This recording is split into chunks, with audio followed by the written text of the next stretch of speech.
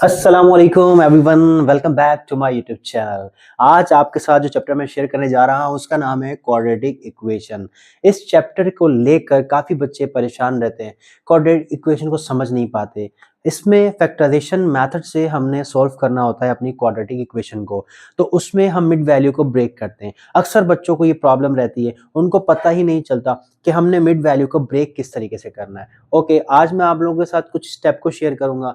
मैं आप लोगों को बताऊंगा कि क्वाड्रेटिक इक्वेशन दिखती किस तरह की है।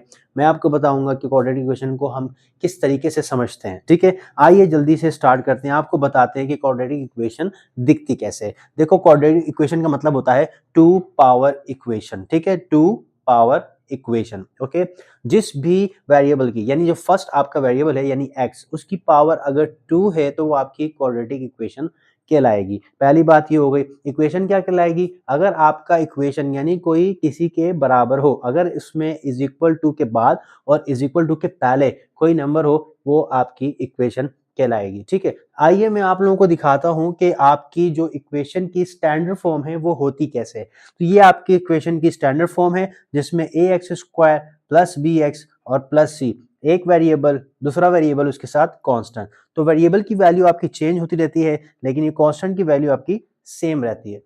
तो ये हमारे पास थी क्वाड्रेटिक इक्वेशन जिसे हमने समझ लिया। इक्वेशन के अंदर हम लोगों ने मिड वैल्यू को जो ब्रेक करना है वो मैं आपको सवाल जब सॉल्व करेंगे उस साथ साथ समझाऊंगा कि किस तरीके से हमने कौन से स्टेप्स हैं जिनको याद रखते हुए हमने मिड वैल्यू को ब्रेक करना है। तो चलते हैं जल्दी से अपने क्वेश्चन की तरफ। तो ये रहा आपके सामने पहला सवाल, क्वाड्रेटिक इक्वेशन।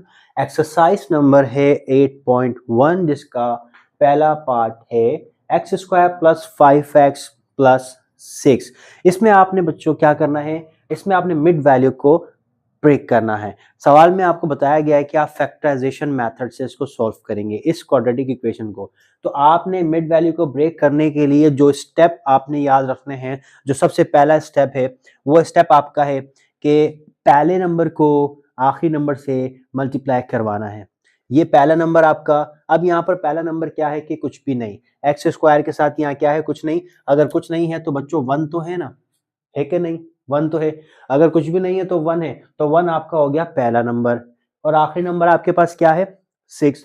तो ये हो गया 6। इन दोनों को मल्टीप्लाई करवाना, यही तो लिखा है, पहले नंबर को आखिरी नंबर से मल्टीप्लाई करवाना है। आपको क्या मिलेगा? आपको एक और नंबर मिलेगा। 6 1 जा 6, कुछ भी हो सकता है। जो दो नंबर मल्टीप्लाई करवाओगे उसी का रिजल्ट आएगा। यहाँ पर 6 मल्टीप्लाई हो रहा है 1 से, तो 6 1 जा 6 आ रहा है। अब आपने करना क्या है? दूसरा स्टेप। पहला स्टेप कि आपने पहले नंबर को आखिरी नंबर से मल्टीप्लाई करवाना है, स्टेप बाय स्टेप चलना है। दूसरा स्टेप, जो आपका रिजल्ट आया आपने वो ढूंढना है कि वो किस टेबल में आता है।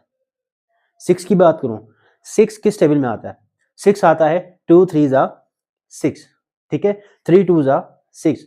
याद रहे हमेशा हम बड़े नंबर को पहले और छोटे नंबर को बाद में। कैसे? जैसे 2 के टेबल में भी 6 आता है, 3 के टेबल में भी 6 आता है, तो दोनों में बड़ा टेबल कौन सा होगा? 3 का।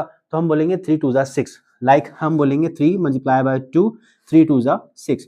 अगर मैं ये इसको बोल दूं, देखो ये आपके पास क्या है? ये आपके पास 6 है।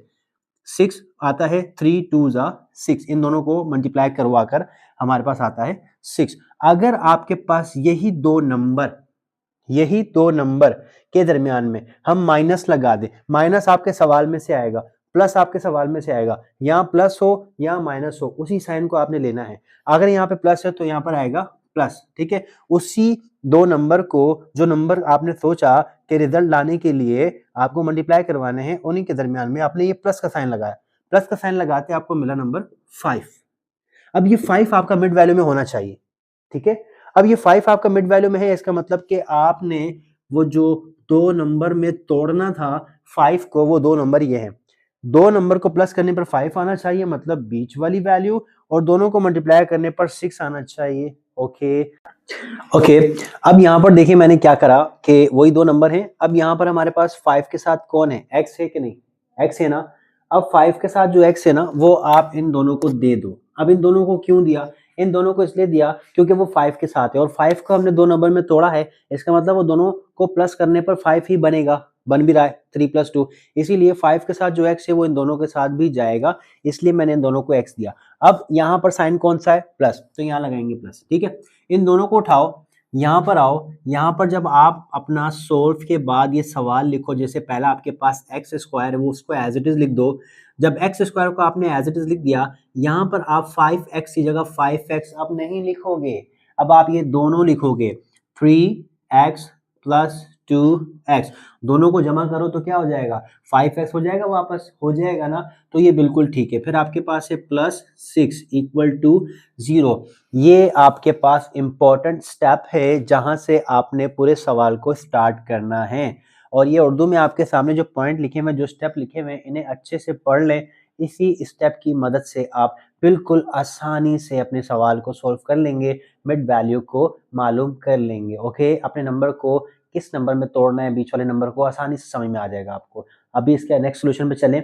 इसके बाद आपने कॉमन करना है। कॉमन कॉमन क्या होगा कि इन दोनों में और इन दोनों में अलग अलग कॉमन मालूम करना है। कॉमन मतलब एक जैसा, एक जैसा कौन है, एक जैसे यहाँ पे x की पावर 2 भी है हमारे पास, x की पावर 1 भी है हमारे पास, तो हम क्या करेंगे, हम हमेशा छोटी पावर को कॉमन लेंगे।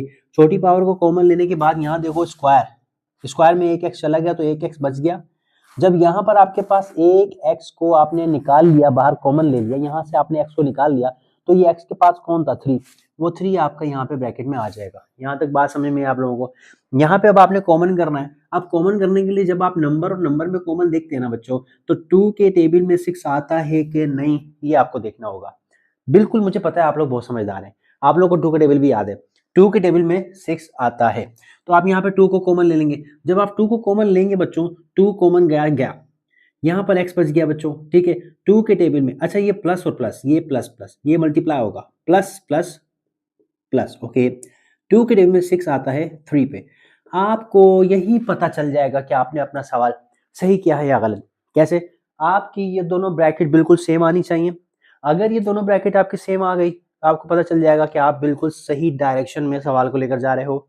अगर यहाँ पर वैल्यू सेम ना हो, तो आपने क्या करना है, वापस रीचेक करना है कि आपने जो नंबर ब्रेक किया है वो सही है कि नहीं, ठीक है। इसके बाद आप लोगों ने क्या करना है बच्चों, कॉमन, अगेन कॉमन। कॉमन 3 चीजें हैं इस फैक्टराइजेशन में। पहला क्या कि आप क्या करें, मिड वैल्यू को ब्रेक करें, ठीक हो गया। दूसरा क्या, आप फॉर्मूला लगाएं। तीसरा क्या, आप कॉमन लें। तो कॉमन आपका बार बार आएगा। यहाँ पर दोनों कॉमन है, x+3 दोनों को कॉमन लो, मतलब एक ही बार लिखोगे, दोनों को एक बार लिया, कॉमन ले लिया। यहाँ पे आपके पास क्या बच गया, x, यहाँ पे आपके पास क्या बच गया, +2 बच्चों, ये आपके पास आंसर है। एक नंबर 2, यहाँ पे आप अगर x की वैल्यू को फाइंड करना चाहते हैं तो आप आइदर कर दे, आइदर मीन्स इन दोनों को आप अलग अलग 0 के बराबर कर दें। x+3 equal to 0 comma x+2 equal to 0 comma, okay. यहाँ पर आपके पास जो ये प्लस का 3 है बच्चों, ये इक्वल टू की दूसरी साइड पे जाके माइनस का हो जाएगा। यहाँ पर जो आपके पास बच्चों प्लस का 2 है, ये वहां जाके हो जाएगा माइनस का। क्या आपको ये सवाल समझ में आया बच्चों?